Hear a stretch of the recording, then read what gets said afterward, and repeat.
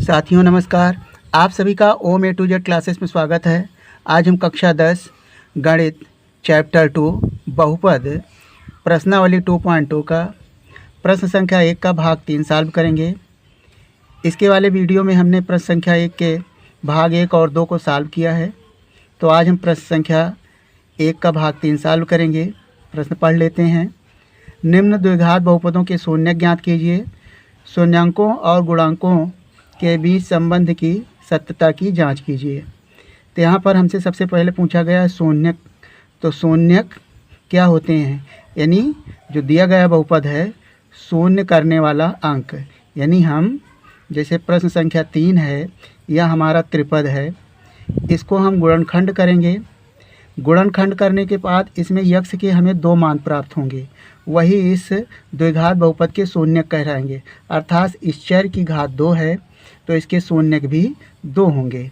तो यह त्रिपद है। यदि कक्षा 8 और 9 में आपने गुणनखंड सीखा है त्रिपद का, तो यह आपके लिए अत्यंत ही आसान से ये क्वेश्चन सॉल्व कर सकेंगे।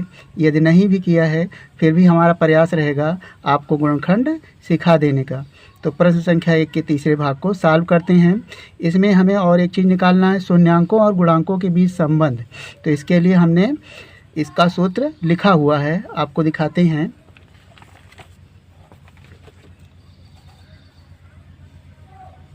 द्विघात बहुपद के शून्यांकों और उसके गुणांकों के बीच का संबंध है। यदि आपका द्विघात बहुपद है ax² + bx + c, यहाँ पर a ≠ 0 है, अर्थात a का मान 0 नहीं होगा, क्योंकि यदि a का मान 0 होगा तो यह द्विघात समीकरण नहीं होगा।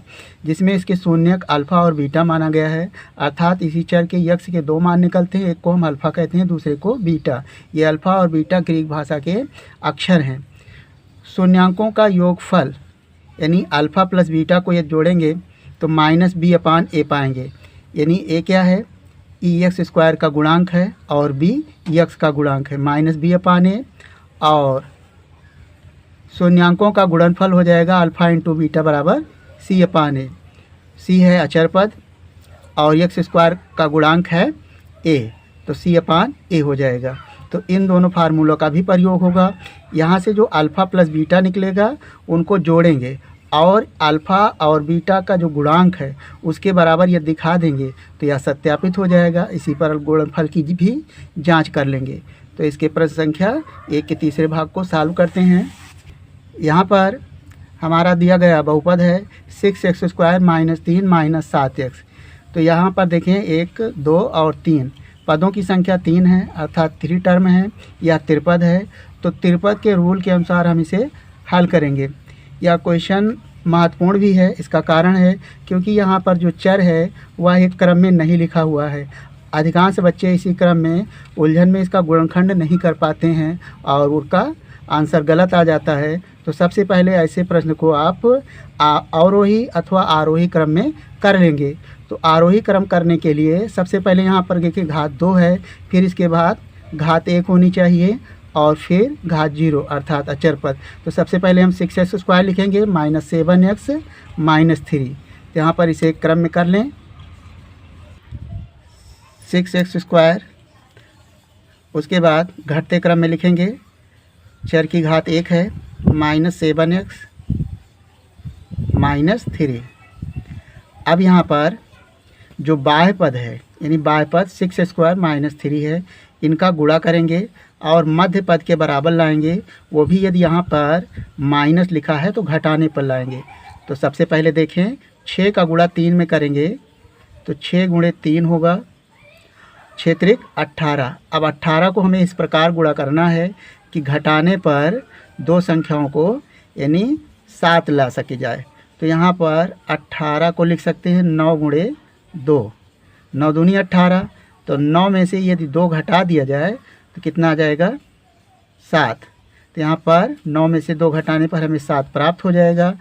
अगला क्रम होगा, ये बात आप क्लियर समझ गए कि नहीं? 6 का 3 में गुणा करेंगे 18 होगा।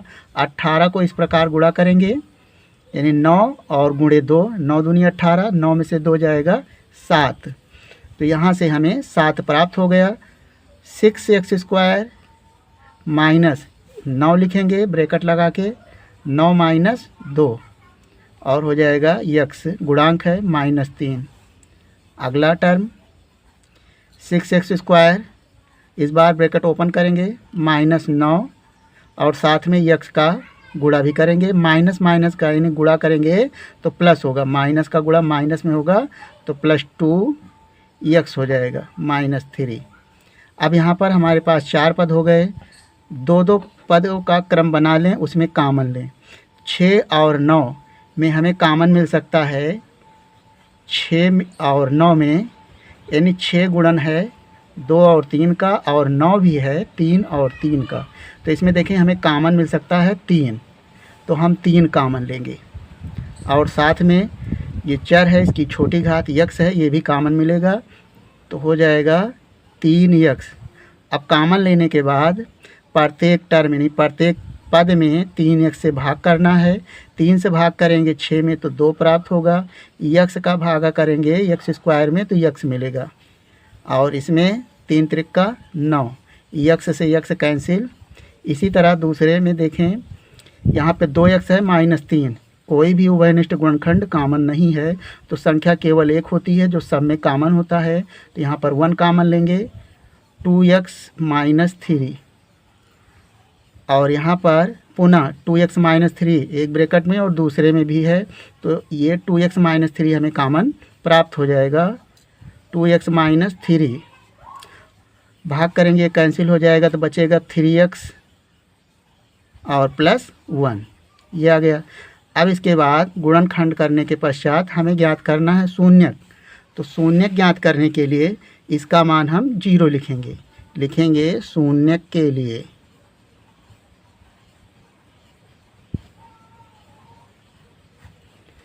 यहाँ पर 2x -3 और दूसरे का मान 3x +1, इसका मान क्या प्राप्त होगा 0 लिखेंगे। जब हमें निकालना है x का मान, तो 2x -3 बराबर 0 होगा।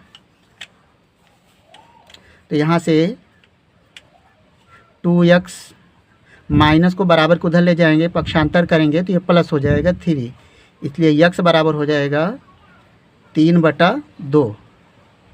इसी तरह इसका मान निकलेंगे, जब 3x +1 बराबर 0, इसलिए यहाँ से हो जाएगा 3x बराबर, प्लस को बराबर को उधर ले जाएंगे तो माइनस हो जाएगा, और x बराबर हो जाएगा -1/3। तो यहाँ से एक मान आया 3/2 और दूसरा मान आया -1/2। अब यहाँ पर हमें इनको जोड़ना है, यानी शून्यकों का योगफल। तो योगफल निकालने के लिए लिखेंगे शून्यकों का योगफल।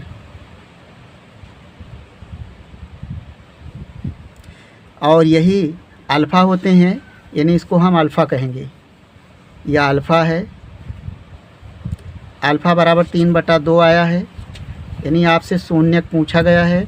एक आंसर ये हो जाएगा, और बीटा बराबर -1/3। तो आपसे सबसे पहले ये पूछा गया शून्यक ज्ञात कीजिए, तो अल्फ़ा बराबर 3/2 आया और बीटा बराबर -1/3 आया। इसका एक आंसर ये हो जाएगा। शून्यक के लिए शून्यक का योगफल अब निकालना है, योग।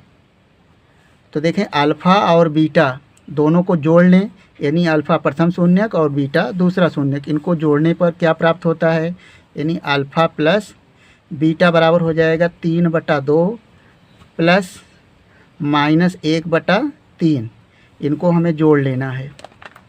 तो देखें 2 और 3 का एलसीएम हो जाएगा 6, 3 का गुणा 3 में करेंगे तो हो जाएगा 9, और 2 का गुणा यानी प्लस माइनस माइनस हो जाएगा, और 2 का गुणा 1 में करेंगे तो हो जाएगा 2, घटा दें तो हो जाएगा 9 में से 2 जाएगा तो हो जाएगा 7/6, यानी हमें अल्फ़ा प्लस बीटा का मान निकला 7/6।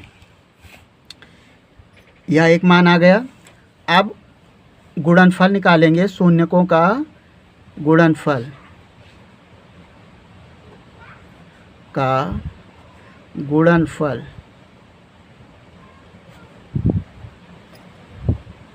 यानी गुणनफल क्या होता है, अल्फ़ा इंटू बीटा।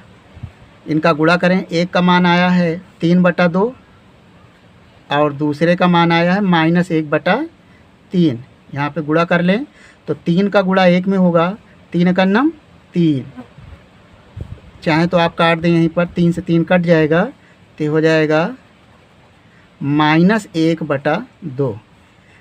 तो शून्यांकों का गुणनफल आया -1/2, योगफल आया 7/6। अगर हम जांच करते हैं और जांच करने पर इनके बराबर आता है तो यह सत्यापित हो जाएगा। तो यहाँ पर लिखेंगे जांच।